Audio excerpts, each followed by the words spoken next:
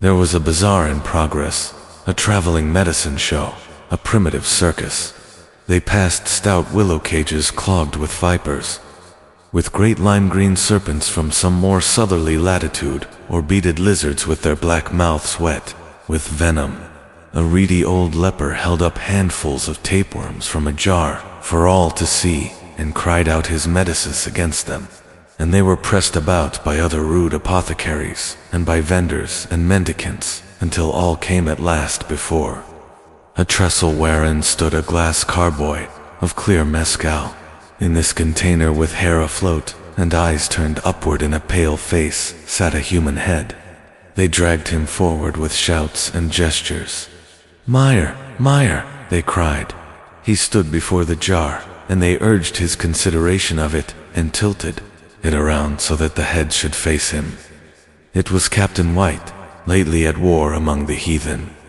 The kid looked into the drowned and sightless eyes of his old commander. He looked about at the villagers and at the soldiers, their eyes all upon him, and he spat and wiped his mouth. "He ain't no kin to me," he said.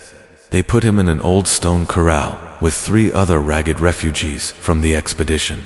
They sat stunned and blinking against the wall, or roved the perimeter around in the dry tracks of mules and horses, and retched and shat while small boys hooted from the parapet.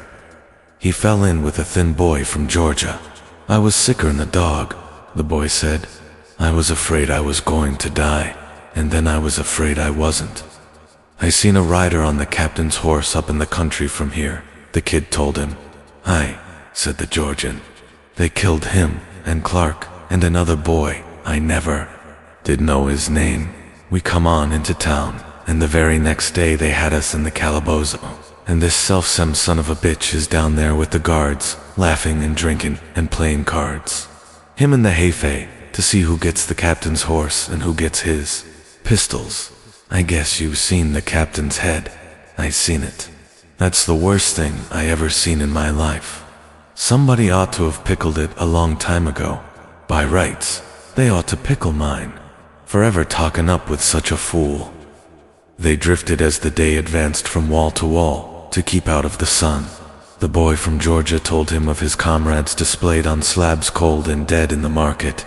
The captain headless in a wallow, half eaten by hogs. He ran his heel out in the dust, and gouged a little place for it to rest. "They fixing to send us to Chihuahua City," he said. "How do you know?" "That's what they say, I don't know." "That's what? Who says?" "Shipman yonder. He speaks the lingo some." The kid regarded the man spoken of.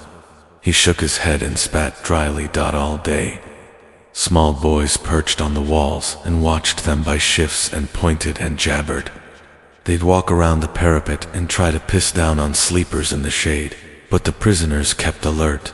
Some at first threw stones, but the kid picked one from the dust, the size of an egg, and with it dropped a small child cleanly from the wall, with no sound other than the muted thud of its landing on the far side. "Now you've gone and done it," said the Georgian. The kid looked at him. "They'll be in here with whips, and I don't know what all." The kid spat. "They ain't about to come in here and eat no whips." Nor did they. A woman brought them bowls of beans and charred tortillas on a plate of unfired clay. She looked harried, and she smiled at them, and she had smuggled them sweets under her shawl, and there were pieces of meat in the bottom of the bowls that had come from her own table. 3 days later, mounted on little malandered mules, they set out for the capital, as foretold. They rode 5 days through desert and mountain, and through dusty pueblos where the populace turned out to see them, their escorts in varied suits of time-worn finery, the prisoners in rags.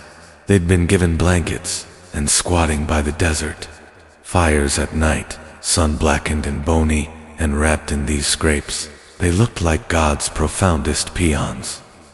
The soldiers none spoke English, and they directed their charges with grunts or gestures. They were indifferently armed, and they were much afraid of the Indians. They rolled their tobacco in corn husks, and they sat by the fire in silence and listened to the night. Their talk, when they talked, was of witches or worse. And always they sought to parcel from the darkness some voice or cry from among the cries that was no right beast. La gente dice que el coyote es un brujo. Muchas veces el brujo es un coyote. ¿Y qué es eso? Nada, un tecolote nada más. Quizzes.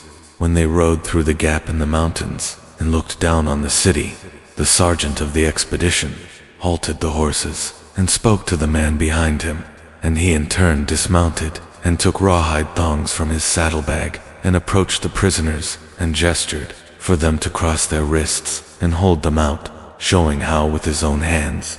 He tied them each in this manner, and then they rode on.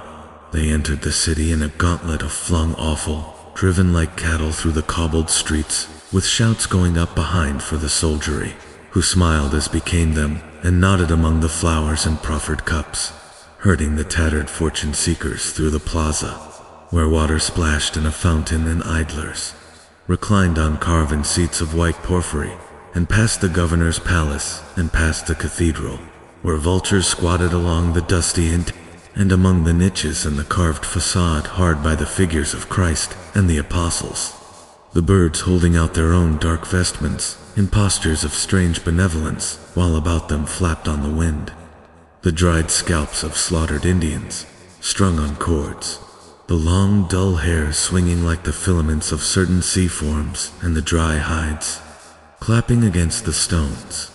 They passed old almseekers by the church door with their seamy palms, out-held and maimed beggars, sad-eyed in rags, and children asleep in the shadows with flies walking their dreamless faces, dark coppers in a clack dish, the shriveled eyes of the blind, scribes crouched by the steps with their quills and inkpots and bowls of sand, and lepers moaning through the streets, and naked dogs that seemed composed of bone entirely, and vendors of tamales, and old women with faces dark and harrowed as the land, squatting in the gutters over charcoal fires where blackened strips of anonymous meat sizzled and spat. Small orphans were abroad like irate dwarves and fools and sots, drooling and flailing about in the small markets of the metropolis, and the prisoners rode past the carnage in the meat stalls, and the waxy smell where racks of guts hung black with flies and flayings of meat in great red sheets, now darkened with the advancing day, and the flensed and naked skulls of cows and sheep with their dull blue eyes glaring wildly, and the stiff bodies of deer and javelina and ducks and quail and parrots, all wild things from the country round, hanging. Thank you so much for watching. Truly, the fact that you stayed until the end of this video says something important about you.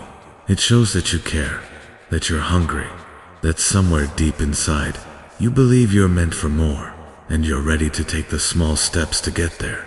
The blood meridian isn't just a concept, it's a way of living. It's a quiet power that works in the background, shaping your future through the choices you make every single day. Most people ignore it. They think one small decision doesn't matter. But you're learning the truth, that every small decision matters, more than you can imagine. It's easy to overlook the power of reading just one page a day, walking for 10 minutes, saying no to junk food, putting your phone away and focusing, saving a single penny.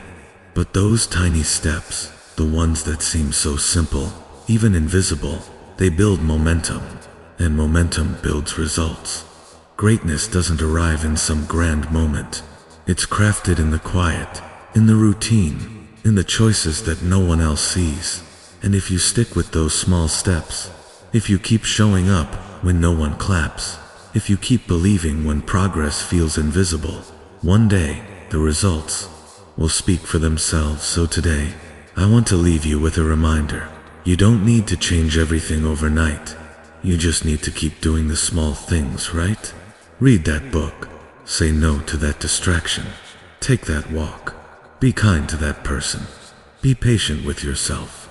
Every one of those actions is a brick, and together they build the life you're dreaming of. If this video gave you even a little push of inspiration, then don't let it stop here. Like the video, subscribe for more content like this, and share it with someone you care about. someone who's maybe just one idea away from turning their life around. Your story is still being written, and the pen is in your hand. Thanks again for watching. Keep growing, keep believing, and never forget, your blood meridian begins now.